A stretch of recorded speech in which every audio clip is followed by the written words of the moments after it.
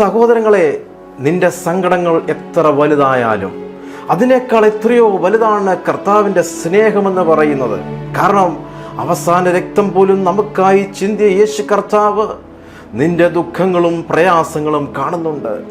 ഞാൻ നിങ്ങളെ അനാഥരായി വിടുകയില്ല, ഞാൻ നിങ്ങളുടെ അടുക്കലേക്ക് വരും. ആകയാൽ നമ്മെ ദിനംതോറും ആശ്വസിപ്പിക്കുന്നവരിൽ പരിപൂർണമായിട്ടും വിശ്വസിക്കാം. ലോകത്തിന് നാനാഭാഗത്തിൽ നിന്നുകൊണ്ട് അനവധി മീഡിയയിലൂടെ ഞങ്ങളെ കണ്ടുകൊണ്ടിരിക്കുന്ന, ശ്രദ്ധിച്ചുകൊണ്ടിരിക്കുന്ന ഞങ്ങളുടെ എല്ലാ മാന്യ പ്രേക്ഷകരെയും ഓർത്ത് ദൈവത്തെ സ്തുതിക്കുകയാണ്. ഫേസ്ബുക്ക് പേജിനകത്തൂടെ, യൂട്യൂബ് ചാനലിലൂടെ, ഇതര മീഡിയയിലൂടെ ഒക്കെ ഞങ്ങൾ കാണുന്ന ഈ ശുശ്രൂഷയിൽ അപ്പോൾ തന്നെ ആദ്യമായിട്ട് പങ്കെടുത്തുകൊണ്ടിരിക്കുന്നവർക്കായി ദൈവത്തെ സ്തുതിക്കുകയാണ്.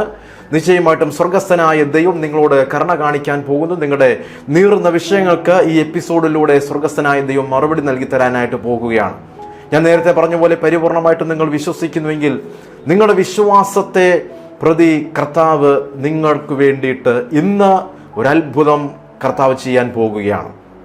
ഇന്നത്തെ എപ്പിസോഡ് പ്രാർത്ഥിച്ച് ആരംഭിക്കുന്നതിന് മുന്നമേ ബഹറിലായിരിക്കുന്ന ഒരു കുടുംബത്തെ നമുക്ക് ബ്ലസ് ചെയ്ത് പ്രാർത്ഥിക്കേണ്ടതായിട്ടുണ്ട്. പ്രത്യേകിച്ച് തോമസ് അങ്കിളിനെയും കുടുംബത്തെയും ഒക്കെ ഓർത്ത് ദൈവത്തെ സ്തുതിക്കുന്നു. ബഹറിലായിരിക്കുന്നു. പ്രത്യേകിച്ച് RN എക്സാം April 3 നടക്കാനിരിക്കുകയാണ്. ഒരു നല്ല വിജയം ഉണ്ടാകേണ്ടതിന് പ്രത്യേകമായിട്ട് പ്രാർത്ഥന ചോദിച്ചിരിക്കുകയാണ്. ദൈവത്തിൻ്റെ അത്ഭുതകരം 2024 ഉണ്ടാകേണ്ടതിനും അപ്പോൾ തന്നെ സാമ്പത്തികമായും ആത്മീയമായും അനുഗ്രഹിക്കപ്പെടേണ്ടതിനും ഈ അവസരത്തിൽ പ്രത്യേകമായിട്ട് ഞങ്ങൾ പ്രാർത്ഥിക്കുകയാണ്. ജോലിസ്ഥലത്ത് അനുഗ്രഹിക്കപ്പെടട്ടെ, മറ്റുള്ളവരുടെ നടുവിൽ മാന്യനായി തീരട്ടെ എന്ന് ഞങ്ങൾ അനുഗ്രഹിച്ച് പ്രാർത്ഥിക്കുന്നു. ജീവിതത്തിൻ്റെ എല്ലാ മേഖലയിലും, ജീവിതത്തിൽ ഉടനീളം ദൈവത്തിൻ്റെ സമാധാനവും സന്തോഷവും ഒക്കെ ശക്തമായിട്ടുണ്ടാകട്ടെ എന്ന് ഞങ്ങൾ ഈ അവസരത്തിൽ പ്രാർത്ഥിക്കുകയാണ്. നമുക്കൊരുമിച്ച് ഈ ഭവനത്തെ അനുഗ്രഹിച്ച് പ്രാർത്ഥിക്കാം. പരിശുദ്ധ ദൈവമേ, ഞങ്ങൾ ഒരുമിച്ച് ബഹറിലായിരിക്കുന്ന തോമസ് ബ്രദറിനെയും കുടുംബത്തെ നന്ദിയോടെ ഓർക്കുകയാണ്.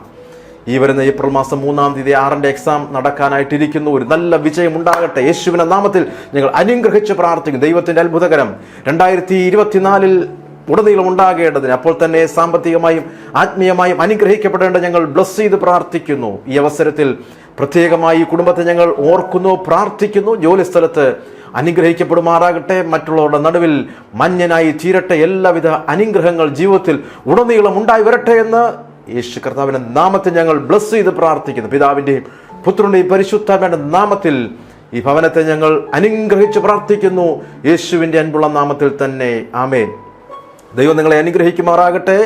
വരുന്ന എക്സാമിന് ഉയർന്ന ഒരു വിജയം ഉണ്ടാകട്ടെ എന്ന് പ്രാർത്ഥിക്കുന്നു, ആശംസിക്കുന്നു. തുടർന്ന് കർത്താവിൻ്റെ മാറ്റമില്ലാത്ത വചനത്തെ നമ്മൾ ശ്രവിക്കാൻ പോവുകയാണ്. വളരെ പ്രതീക്ഷയോടെ, വളരെ പ്രാർത്ഥനയോടുകൂടെ ഏവരെയും ഈ ശുശ്രൂഷയിലേക്ക് ഞങ്ങൾ ഹാർദമായി സ്വാഗതം ചെയ്യുകയാണ്.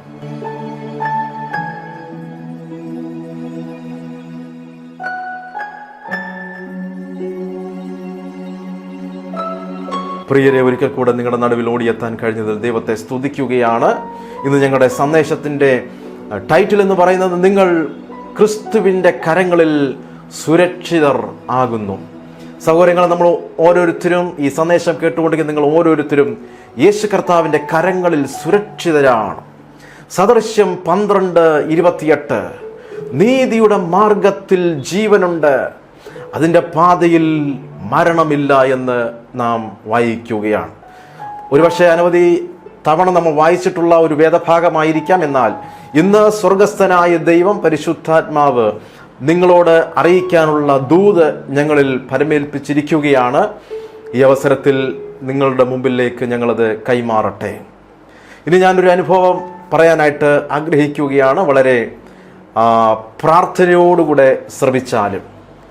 ഫാനി ക്രോസ്ബി എന്ന അതിപ്രസക്തയായ ക്രിസ്തീയ ഗാന രചയിതാവ് അന്ധയായിരുന്നു. അന്ധയായിട്ടാണ് ആ പെൺകുട്ടി ജനിക്കുവാനായിട്ട് ഇടയായി തീർന്നത്.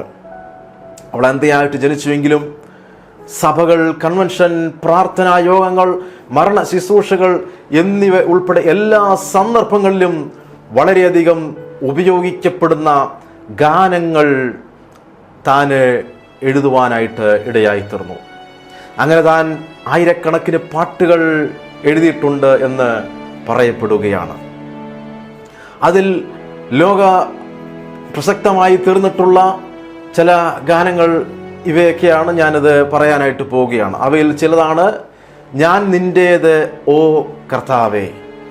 രണ്ടാമത്തെ പാട്ട്, എന്നെ അവിടുത്തെ അടുക്കിലേക്ക് സ്വീകരിക്കൂ. മൂന്നാമത്തെ ഗാനം, പോകല്ലേ കടന്ന് എന്നെ. നാലാമത്തെ ഏറ്റവും ഫേമസ് ആയിട്ടുള്ള ഒരു ഗാനമുണ്ട്, യേശുവൻ സ്വന്തം എന്ന ഗാനം. നശിക്കുന്ന അനേകരെ രക്ഷിക്കുക മറ്റൊരു ഗാനം. ക്രിസ്തുവിൻ്റെ കഥ എന്നോട് പറയുക മറ്റൊരു ഗാനമാണ്. ലോകത്തെ എടുക്കുക, യേശുവിനെ തരിക എന്ന് പറയുന്ന മറ്റൊരു ഗാനം. യേശുവിൻ്റെ കരങ്ങളിൽ ഭദ്രം തുടങ്ങിയ വളരെ പോപ്പുലറായിട്ടുള്ള ഗാനങ്ങൾ അവള് രചിക്കാനായിട്ട് ഇടയായി തീർന്നു. ആ പ്രിയ സഹോദരിയെ കൊണ്ട് ദൈവത്തിൻ്റെ ആത്മാവ് ശക്തമായിട്ട് ഗാനങ്ങൾ എഴുതുകയും അത് ലോകത്തിൽ തന്നെ വളരെ പോപ്പുലറായി മാറുകയും ചെയ്തു. കോടിക്കണക്കിന് ജനങ്ങളാണ് അവൾ എഴുതിയ ഗാനങ്ങൾ ഇന്നും ലോകത്തിൻ്റെ നാനാഭാഗങ്ങളിൽ പ്രാർത്ഥനയ്ക്കും ഒക്കെ പാടി ആശ്വസിക്കുന്നത്. ആ പെൺകുട്ടിയുടെ അനുഭവം ഇങ്ങനെയാണ്. ഒരു ദരിദ്ര കുടുംബത്തിൽ പിറന്ന അവൾ വളരെ മാരകമായ രോഗത്തിൻ്റെ ഫലമായിട്ട് 6-ാമത്തെ വയസ്സിൽ അന്ധയായി തീരുകയായിരുന്നു. ജനിച്ചപ്പോൾ തന്നെ അവൾക്ക് കാഴ്ച വളരെ കുറവായിരുന്നു. എന്നാൽ 6-ാമത്തെ വയസ്സിൽ പരിപൂർണമായിട്ടും അവളുടെ കാഴ്ചശക്തി ഇല്ലാതെയായി. ദൈവം നമുക്ക് വളരെ നല്ല ഒരു ദാനം തരുവാൻ ചിലപ്പോൾ നമുക്ക് ലഭിച്ച എന്തെങ്കിലും ഒരു ദാനം എടുത്തു കളയുവാൻ സാധ്യതയുണ്ട് എന്ന് അവളോട് പറഞ്ഞ് അമ്മ അവളെ പ്രോത്സാഹിപ്പിക്കുമായിരുന്നു. ഈ വലിയ പ്രതികൂലത്തിന് നടുവിൽ അവളെ കൂടുതൽ ദൈവത്തിലേക്ക് അടുപ്പിക്കുവാൻ അവളെ എപ്പോഴും ഇങ്ങനെ ധൈര്യപ്പെടുത്തിക്കൊണ്ടിരുന്നു. അവള് പുറത്തുള്ള കാര്യങ്ങളൊന്നും കാണാനായിട്ട് കഴിയാത്തത് കൊണ്ട് അവള് ജീവിതത്തിൽ വളരെ ദുഃഖിതയായിരുന്നു. എന്നാൽ ദൈവത്തിന് കുഞ്ഞെ നിന്നെക്കുറിച്ചൊരു പദ്ധതി ഉണ്ടാകാമെന്ന് പറഞ്ഞ് അവളെ പലപ്പോഴും ഇങ്ങനെ ധൈര്യപ്പെടുത്തുന്ന ഒരു അനുഭവം പ്രിയ മാതാവിന് ഉണ്ടായിരുന്നു.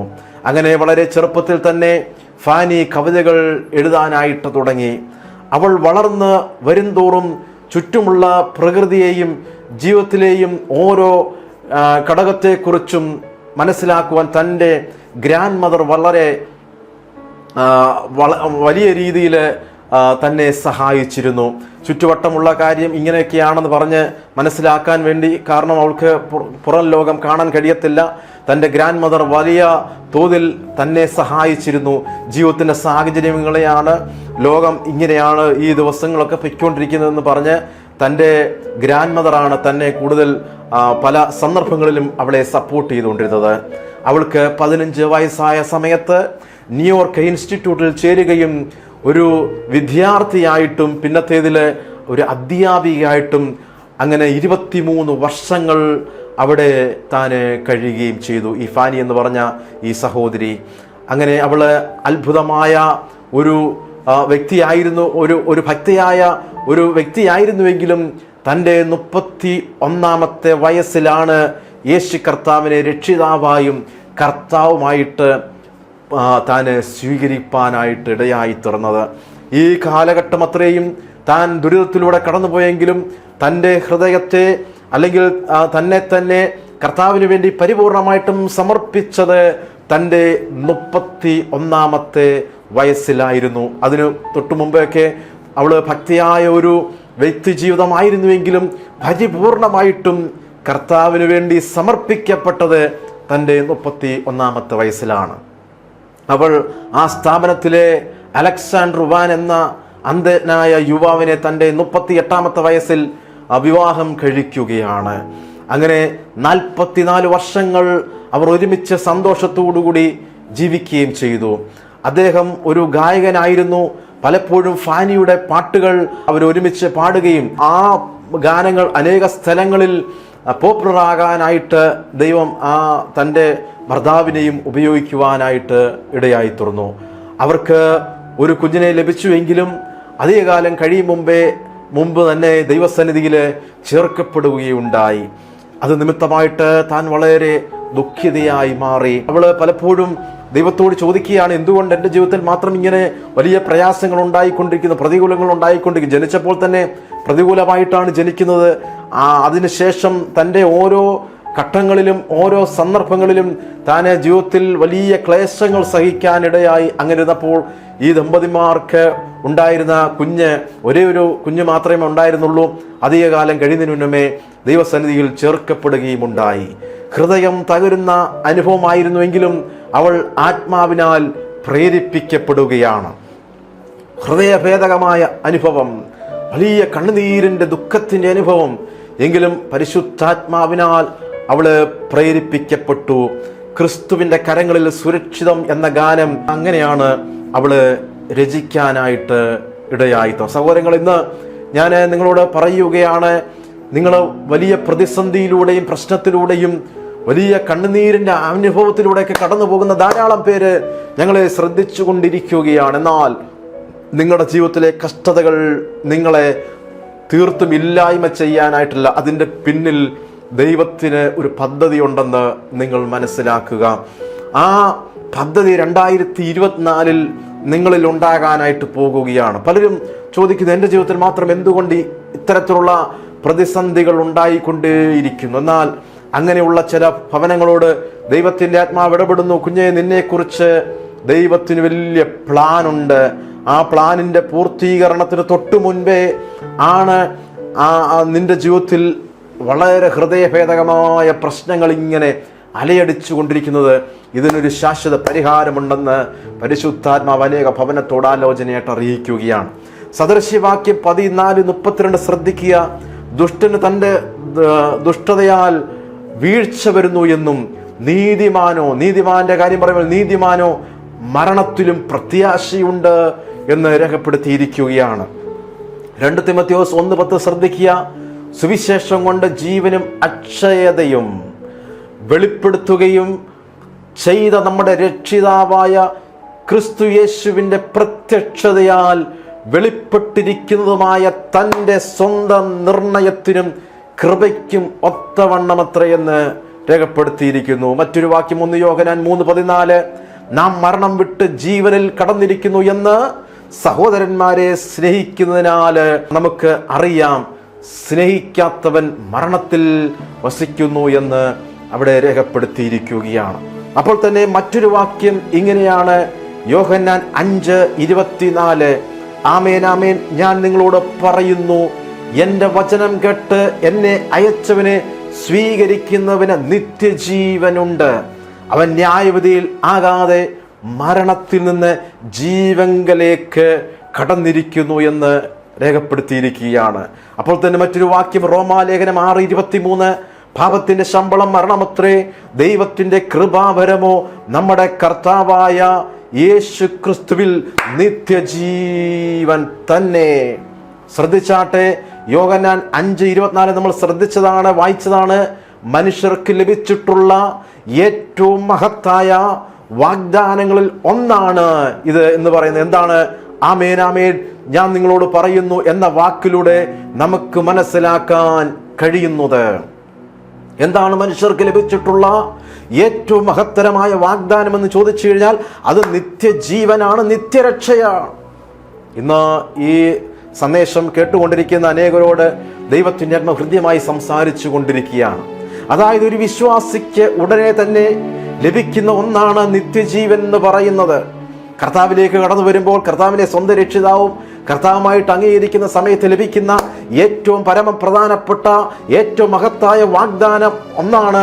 അതിൽ ഏറ്റവും പ്രധാനപ്പെട്ട വാഗ്ദാനമാണ് നിത്യജീവൻ എന്ന് പറയുന്നത്. ഈ നിത്യജീവന്റെ അനുഭവത്തിലേക്ക് ഇന്ന് നിങ്ങൾ കടന്നു വന്നിട്ടില്ല എങ്കിൽ അതിനുള്ള അവസരമാണ്.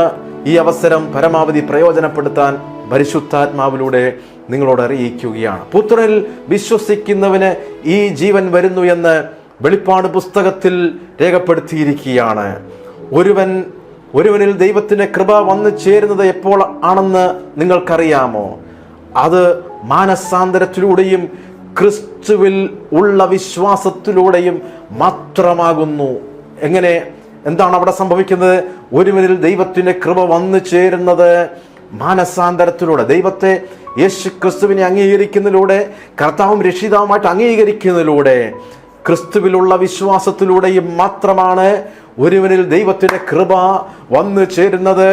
ഈ കൃപയാണ് ദൈവത്തിലേക്ക് നിങ്ങളെ അടുപ്പിച്ചു കൊണ്ടിരിക്കുന്നതെന്ന് ഈ അവസരത്തിൽ അറിയിക്കുകയാണ്. ദൈവം വിലയ്ക്ക് വാങ്ങിയ തൻ്റെ സ്വത്താണ് നാം ഓരോരുത്തരും എന്നറിയുക. ദൈവം വിലയ്ക്ക് വാങ്ങിയ തൻ്റെ ഏറ്റവും വിലപിടിപ്പുള്ള സ്വത്താണ് നാം ഓരോരുത്തരും, അവൻ്റെ മക്കൾ എന്നറിയപ്പെടുന്ന നമ്മൾ ഓരോരുത്തരുമെന്ന് ഈ അവസരത്തിൽ നിങ്ങളോട് അറിയിക്കുകയാണ്. തൻ്റെ മക്കൾക്ക് നിത്യജീവൻ ഉള്ളതുകൊണ്ട് ദൈവമക്കൾ അവനെ സ്നേഹിക്കുന്നു, അവനെ ആരാധിക്കുന്നു. നാം എന്തിനു വേണ്ടിയിട്ടാണ് അവനെ ആരാധിക്കുന്നത്? എന്തിനെ പ്രതിയാണ് അവനെ സ്തുതിക്കുന്നത്? അവൻ നമുക്ക് നിത്യജീവനെ നൽകിത്തന്നു, അവൻ നമുക്ക് സമാധാനം നൽകിത്തന്നു, അവൻ നമുക്ക് ശാന്തതയുടെ അനുഭവം നൽകിത്തന്നു. ഇന്ന് ഈ എപ്പിസോഡിലൂടെ ഞങ്ങളെ കണ്ടുകൊണ്ടിരിക്കുന്ന എല്ലാവരോടും അറിയിക്കാനുള്ള ഒരേ ഒരു സന്ദേശം, നാം ദൈവമക്കളായി തീർന്നു കഴിയുമ്പോൾ അവനെ നമ്മൾ ആരാധിക്കുകയാണ്, അവന് മഹത്വം കരയറ്റുകയാണ്. കാരണം അവൻ നിത്യജീവനെയാണ് എനിക്കും നിങ്ങൾക്കും ഔദാര്യമായി നൽകിത്തന്നത്. ഓർക്കേണ്ടുന്ന ഒരു കാര്യം, വിശ്വാസികൾ ക്രിസ്തുവിൽ മരിച്ചവരാണെന്ന് പൗലോസ് പറഞ്ഞിരിക്കുകയാണ്. ഈ ഒറ്റ കാരണത്താൽ അവർ ഇനി ഒരിക്കലും ന്യായപ്രമാണത്തിന് അധീനരല്ലവേ അല്ല. സഹോദരങ്ങളെ, പുതിയ നിയമത്തിൽ പ്രവേശിച്ചിരിക്കുന്ന അതിൻ്റെ ഓഹരിക്കാരായി മാറിയിരിക്കുന്ന നമ്മൾ ഇനി ഒരിക്കലും ന്യായപ്രമാണത്തിന് അധീനരല്ലെന്നറിയുക. ന്യായപ്രമാണത്തിന് അവരെ ശിക്ഷിക്കുവാൻ കഴിയത്തില്ല. എന്തുകൊണ്ടെന്നാൽ യേശു കർത്താവിൻ്റെ രക്തത്താൽ നമ്മളെ അവൻ വിലയ്ക്ക് വാങ്ങിയിരിക്കുകയാണ്. വിശ്വാസികൾ യേശു കർത്താവിൻ്റെ രക്തത്താൽ സുരക്ഷിതരാണെന്നും കൂടെ ഈ അവസരത്തിൽ അറിയിക്കുന്നു. അതുകൊണ്ട് ന്യായപ്രമാണത്തിന് നമ്മളെ ശിക്ഷ വിധിക്കാൻ കഴിയത്തില്ല. എന്തുകൊണ്ടെന്നാൽ അവൻ നമ്മളെ വിലയേറെ രക്തം കൊടുത്ത് എന്നേക്കുമായിട്ടുള്ള വീണ്ടെടുപ്പ് സാധിപ്പിച്ചിരിക്കുന്നതിനാൽ ന്യായപ്രമാണ സംബന്ധമായിട്ട് നമ്മളെ ശിക്ഷ വിധിക്കാൻ കഴിയത്തില്ല. ഈ മഹത്തരമായ പദവിയിലേക്ക് നിങ്ങൾ ഓരോരുത്തരും കടന്നു വരേണ്ടത് ആകുന്നു. അങ്ങനെ കടന്നു വരുമ്പോൾ നിങ്ങൾ സമാധാനം അനുഭവിക്കുന്നു, സന്തോഷം അനുഭവിക്കുകയാണ്, ദൈവമക്കളായി തീരുകയാണ്. അവനിൽ സന്തോഷിക്കുന്ന ദൈവസന്നിധിയിൽ എപ്പോഴും സന്തോഷിക്കാൻ കഴിയും. എപ്പോഴാണെന്നറിയാമോ? ഈ വെളിപ്പാട് നമ്മുടെ ഹൃദയത്തിൻ്റെ അകത്തേക്ക് ഇരച്ചു കയറുന്ന സമയത്ത്. എങ്ങനെയുള്ള വെളിപ്പാടാണ്? ന്യായപ്രമാണത്തിന് നമ്മെ ശിക്ഷിക്കാൻ കഴിയത്തില്ല. എന്തുകൊണ്ടെന്നാൽ വിശ്വാസികൾ യേശു കർത്താവിൻ്റെ രക്തത്താൽ വിടുതൽ പ്രാപിച്ചവരാണ്, സുരക്ഷിതരാ. ഇനി ഒരു അനുഭവ കഥ ഞാൻ നിങ്ങളുമായിട്ട് ഈ അവസരത്തിൽ പങ്കുവയ്ക്കാനായിട്ട് പോകുകയാണ്. ചില കുട്ടികൾക്ക് വെള്ള നിറമുള്ള ഒരു നല്ല ആട്ടിൻകുട്ടി ഉണ്ടായിരുന്നു. അങ്ങനെ ഇരിക്കെ അതിനെ ആരോ മോഷ്ടിച്ച് കശാപ്പുകാരന് കൊടുക്കുകയുണ്ടായി. കൊല്ലാനായിട്ട് ഈ ആട്ടിൻകുട്ടിയെ കൊണ്ടുപോകുമ്പോൾ ഈ കുട്ടികൾ അതിനെ അവസാനത്തിൽ കണ്ടുപിടിക്കുകയാണ്. അതിനെ കൈവശപ്പെടുത്തുവാൻ കുട്ടികൾ ആഗ്രഹിച്ചുവെങ്കിലും കശാപ്പുകാരന് വിട്ടുകൊടുക്കാനായിട്ട് സമ്മതമായില്ല. അങ്ങനെ ഒരു മാന്യനായ മനുഷ്യൻ ഈ കുട്ടികളുടെ സങ്കടം കണ്ട് ഇപ്രകാരം പറയുകയുണ്ടായി: ആട്ടിൻകുട്ടിയെ അവർക്ക് കൊടുക്കുക, ഞാൻ അവർക്ക് വേണ്ടിയിട്ട് നിങ്ങൾക്ക് പണം തരാമെന്ന് പറയുന്നു. അങ്ങനെ നല്ലൊരു തുക കൊടുത്ത് ആട്ടിൻകുട്ടിയെ വിടുതൽ ചെയ്തു. ഇത് തന്നെയാണ് യേശു ക്രിസ്തു നമുക്കായിട്ട് ചെയ്തത് എന്ന് അറിയുക. അതിനെ വീണ്ടെടുക്കുവാൻ കുട്ടികൾക്ക് കഴിയുമായിരുന്നില്ല. കാരണം അതിനെ വീണ്ടെടുക്കണമെന്നുണ്ടെങ്കിൽ സാമ്പത്തികം കൊടുക്കണം. അതിനുള്ള സാമ്പത്തികം കുട്ടിയുടെ കരങ്ങളിലില്ല. എന്നാൽ കരുണാമയനും ഒരു ഔദാര്യശീലനായ മാന്യനായ ഒരു വ്യക്തി ഈ കാര്യം നിർവഹിക്കുകയാണ് ഉണ്ടായത്. അപ്പോൾ അങ്ങനെ ആട്ടിൻകുട്ടിയെ വിടുവിച്ചതിന് ശേഷം ഈ കുട്ടികൾക്ക് മടക്കി കൊടുക്കുകയാണ്. ആ അവസരത്തിൽ അവരുടെ മുഖത്തെ സന്തോഷം വർണ്ണിക്കാൻ കഴിയുന്നതിലും അപ്പുറമായിട്ടായിരുന്നു. ഇതേപോലെയാണ് യേശു കർത്താവ് നമുക്ക് വേണ്ടി കാൽവറി ക്രൂശിൽ പരമയാഗമായിട്ട് മാറിയത്. നമ്മൾ ശിക്ഷിക്കപ്പെടേണ്ട സ്ഥാനത്ത്, നമ്മൾ പ്രയാസങ്ങൾ സഹിക്കേണ്ട സ്ഥാനത്ത്, നമ്മൾ പ്രതികൂലത്തിൽ അകപ്പെട്ടു പോകേണ്ട സ്ഥാനത്ത്, എന്നേക്കുമായിട്ട് അന്ധകാരത്തിൽ അകപ്പെട്ടു പോകേണ്ട സ്ഥാനത്ത് നമുക്ക് പകരമായിട്ട് ഒരു ആട്ടുകുട്ടി അറുക്കപ്പെടുകയാണ്. അതാണ് യേശു ക്രിസ്തു കാൽവറിയിൽ നമുക്കായിട്ട് ചെയ്തു തന്നതെന്ന് ഈ അവസരത്തിൽ അറിയിക്കുകയാണ്. അതുകൊണ്ടാണ് വീണ്ടെടുപ്പുകാരൻ യേശു ക്രിസ്തു നിമിത്തമായിട്ട് നമ്മുടെ ജീവിതത്തിൽ നാം ദൈവമക്കളായി മാറാനായിട്ടുള്ള പ്രധാനപ്പെട്ട കാരണമെന്ന് പറയുന്നത്, കഴിഞ്ഞ ദീർഘവർഷങ്ങളായിട്ട് നമ്മുടെ പ്രയറായി ധാരാളം പേര് വിളിച്ചുകൊണ്ടിരിക്കുന്നു. അത് നല്ലൊരു ശതമാനം ജനത്തിനും അവർ പറയുന്നൊരു കാര്യമുണ്ട്, ഞങ്ങളുടെ ജീവിതത്തിൽ സമാധാനമില്ല, സന്തോഷമില്ല, ഞങ്ങൾക്ക് വേണ്ടി പ്രാർത്ഥിച്ചാട്ടെ. ഞങ്ങൾ അങ്ങനെയുള്ളവർക്ക് വേണ്ടി പ്രാർത്ഥിച്ചതിന് ശേഷം ഈ വീണ്ടെടുപ്പുകാരനെ ഞങ്ങൾ പരിചയപ്പെടുത്താൻ തുടങ്ങിയിട്ട് ദീർഘവർഷങ്ങളായി. അങ്ങനെ യേശു ക്രിസ്തു നിമിത്തമായിട്ട് പിന്നത്തേതിൽ അവരുടെ ജീവിതത്തിൽ സംഭവിച്ചിരിക്കുന്ന മാറ്റങ്ങൾ, അവരുടെ ജീവിതത്തിൽ ലഭിച്ച സമാധാന അന്തരീക്ഷം, അവരുടെ ജീവിതത്തിൽ ലഭിച്ച ഉയർച്ചയുടെ അനുഭവങ്ങളൊക്കെ ഞങ്ങളെ ശുശ്രൂഷയിൽ അത്ഭുതപ്പെടുത്തിക്കൊണ്ടിരിക്കുകയാണ്. ലോകത്തിൻ്റെ നാനാഭാഗങ്ങളിൽ കോടിക്കണക്കിന് ജനങ്ങളാണ് ഈ വീണ്ടെടുപ്പുകാരനെ കണ്ടുമുട്ടി ആ വീണ്ടെടുപ്പുകാരൻ്റെ അടുക്കിലേക്ക് ഓടി വന്നുകൊണ്ടിരിക്കുന്നത്. അങ്ങനെ ധാരാളം ജനങ്ങളാണ് ഈ ദിവസങ്ങളിൽ അനുഗ്രഹിക്കപ്പെട്ടുകൊണ്ടിരിക്കുന്നത്. നിങ്ങളുടെ ഭവനത്തിൽ അനുഗ്രഹം ഉണ്ടാകണമെന്നും, നിങ്ങളുടെ ഭവനത്തിൻ്റെ ശാപത്തിൻ്റെ അവസ്ഥയ്ക്ക് മാറ്റമുണ്ടാകണമെന്നും, നിങ്ങളുടെ ഭവനത്തിലുള്ള കൂരിരുട്ട് മാറണമെന്നും, നിങ്ങളുടെ ഭവനത്തിലെ പ്രതികൂലങ്ങൾ മാറണമെന്നും, നിങ്ങളുടെ ഭവനത്തിൽ ഒരു ഐക്യത വെളിപ്പെടണമെന്നും, നിങ്ങളുടെ ഭവനം അനുഗ്രഹിക്കപ്പെടണമെന്നും അതിയായ വാഞ്ചയുള്ളത് കൊണ്ടാണ് ഈ നിലയിൽ വളരെ പ്രാർത്ഥിച്ച് ശുശ്രൂഷ ചെയ്തുകൊണ്ടിരിക്കുന്നത്. അതുകൊണ്ട് ഇന്ന് ഞങ്ങൾക്ക് നിങ്ങളോട് പറയാനുള്ള ഒരേ ഒരു സന്ദേശം, ഇതാ വീണ്ടെടുപ്പുകാരൻ യേശു ക്രിസ്തുവിനെ നിങ്ങളുടെ മുമ്പിൽ വരച്ചു കാട്ടിയിരിക്കുകയാണ്. ആ യേശു ക്രിസ്തുവിലൂടെ സമാധാനമുണ്ട്, യേശു ക്രിസ്തുവിലൂടെ സന്തോഷമുണ്ട്, യേശു ക്രിസ്തുവിലൂടെ നിത്യരക്ഷ ലഭിക്കുകയാണ്, ദിവ്യ സമാധാനത്താൽ നിറയ്ക്കുകയാണ്. ഇന്ന് പലരും ഈ എപ്പിസോഡ് കണ്ടുകൊണ്ടിരിക്കുന്നത് വളരെ കണ്ണുനീരോടുകൂടെ കണ്ടുകൊണ്ടിരിക്കുകയാണ്. എൻ്റെ വിഷയത്തിന് ആർക്ക് ഒരു പരിഹാരം നൽകിത്തരാൻ കഴിയും? എന്നെ ആർക്കൊന്ന് സഹായിക്കാൻ കഴിയും? എനിക്ക് എവിടെ നിന്ന് എനിക്കൊരു പ്രചോദനം ലഭിക്കുമെന്നൊക്കെ വളരെ ഭാരപ്പെട്ടുകൊണ്ടിരിക്കുകയാണ്. എന്നാൽ ഈ വചനത്തിലൂടെ ദൈവത്തിൻ്റെ ആത്മ നിങ്ങളെ ശക്തിപ്പെടുത്തിക്കൊണ്ടിരിക്കുകയാണ്, നിങ്ങളെ ബലപ്പെടുത്തിക്കൊണ്ടിരിക്കുകയാണ്. നിങ്ങളുടെ നീറുന്ന വിഷയത്തിന് അവിടുന്ന് പരിഹാരം ഈ ദിവസങ്ങളിൽ നൽകിത്തരാൻ പോകുന്നുവെന്ന് അനേക ഭവനങ്ങളോട് ശക്തമായിട്ട് ആലോചനയായിട്ട് അറിയിച്ചു കൊണ്ടിരിക്കുകയാണ്. ഒരു കുടുംബം വളരെ തകർന്ന്, വളരെ നിരാശയിൽ, പ്രതികൂല സാഹചര്യത്തിൽ കുടുംബമായിട്ട് ഈ സന്ദേശം കേട്ടുകൊണ്ടിരിക്കുകയാണ്. എനിക്ക് നിങ്ങളോട് അറിയിക്കാനുള്ള ഒരേ ഒരു സന്ദേശമെന്ന് പറയുന്നത്, ഇതാ വീണ്ടെടുപ്പുകാരൻ യേശു ക്രിസ്തുവിലൂടെ നിങ്ങളുടെ വിഷയത്തിന് ഒരു പരിഹാരമുണ്ട്. സകല പ്രശ്നങ്ങൾക്കും ഏക ഉത്തരം യേശു ക്രിസ്തു മാത്രമാകുന്നു എന്ന് ഭവനത്തോട് ഞാൻ ആലോചനയായിട്ട് അറിയിക്കുകയാണ്.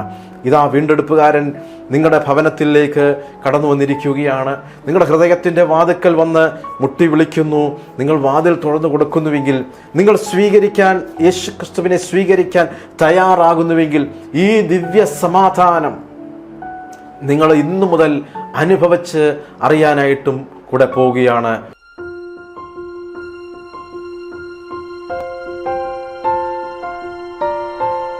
പ്രിയ സഹോദരി സഹോദരന്മാരെ, യേശു കർത്താവിൻ്റെ നാമത്തിൽ വിടുതലുണ്ട്. ഇപ്പോൾ നമ്മൾ ആയിരിക്കുന്ന ദേശം വയനാട്ടിലെ സുൽത്താൻ ബത്തേരിയിലാണ്. കേരളത്തിലെ തന്നെ ഏറ്റവും ക്ലീനസ്റ്റ് സിറ്റി എന്ന് ഇവിടം അറിയപ്പെടുന്നു. അപ്പോൾ തന്നെ കാട്ടുമൃഗങ്ങളുടെ ആക്രമണം നിമിത്തം വലിയ ഭയപ്പാടോടുകൂടി ഇവിടെയുള്ള ജനങ്ങൾ ആയിരിക്കുന്നു. ഞങ്ങൾ ഈ അവസരത്തിൽ വയനാട്ടിന് വേണ്ടിയിട്ട് ഞങ്ങൾ പ്രത്യേകം പ്രാർത്ഥിക്കുകയാണ്. ഈ പ്രദേശത്തു കൂടി സഞ്ചരിച്ചു കൊണ്ടിരിക്കുമ്പോൾ എൻ്റെ മനസ്സിലേക്ക് ഓടിയെത്തിയ ഒരു അനുഭവം നിങ്ങളുമായിട്ട് ഷെയർ ചെയ്യാൻ തുടങ്ങുകയാണ്.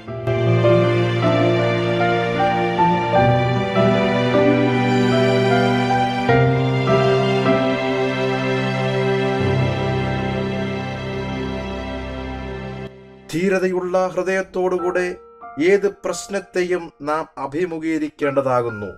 നമ്മുടെ പ്രതിയോഗി അലർന്ന സിംഹം കണക്കെയുള്ള പിശാചാണ്. ആഫ്രിക്കയിലെ ഗ്രാമത്തിൽ നിന്നും തൻ്റെ നേരെ പോരിന് വന്ന 2 സംഘത്തെ ഏകയായി നേരിട്ട് പിന്തിരിപ്പിച്ച ധീര വനിതയായിരുന്നു മിഷണറി മേരി സ്ലെസർ. ഒരിക്കൽ ഒരു സിംഹം തൻ്റെ നേരെ ആക്രമിക്കുവാൻ വന്നു. അവൾ തനിച്ച് ആ അവസരത്തിലായിരുന്നു.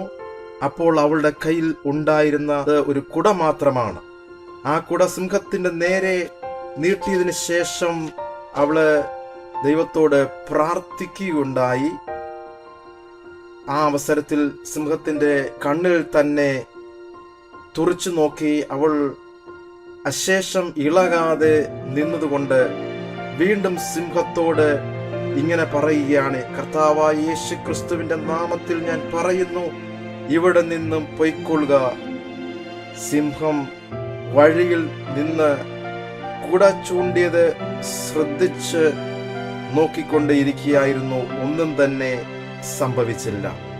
ആ മിഷണറി വനിത മേരി സ്ലസർ വീണ്ടും പറയുകയാണ്, കർത്താവായ യേശു ക്രിസ്തുവിന്റെ നാമത്തിൽ ഞാൻ വീണ്ടും പറയുന്നു, ഇവിടം വിട്ട് വേഗം പൊയ്ക്കൊള്ളുക. ഉടനെ സിംഹം അവളെ വിട്ട് റോഡിന്റെ വശത്തുള്ള കുറ്റിക്കാട്ടിലേക്ക് ഓടിമറഞ്ഞു.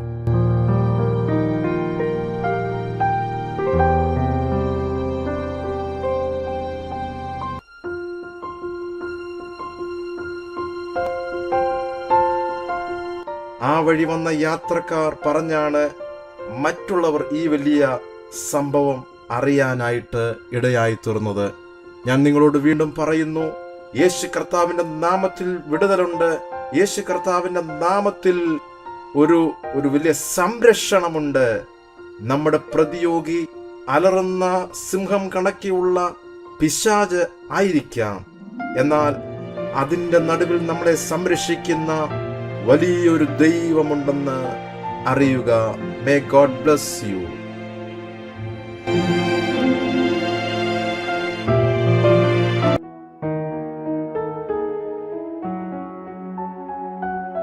എല്ലാവരും ഓടി വന്നാട്ടെ. ഞങ്ങൾ നിങ്ങൾക്ക് വേണ്ടി ശക്തമായി പ്രാർത്ഥിക്കാനായിട്ട് തുടങ്ങുകയാണ്. പരിശുദ്ധ ദൈവമേ, ഞങ്ങൾ ഒരുമിച്ച് ഞങ്ങളുടെ ജനത്തിനായി പ്രാർത്ഥിക്കുന്നു. യേശുവിന്റെ നാമത്തിൽ ദിവ്യ സമാധാനത്താൽ അനേക കുടുംബങ്ങളിൽ ദിവ്യ സമാധാനം കൊണ്ടങ്ങ് നിറയ്ക്കണമേ. ആരാണ് ഈ ദിവസങ്ങളിൽ കടുത്ത മാനസിക സംഘർഷം അനുഭവിച്ചു കൊണ്ടിരിക്കുന്നത്?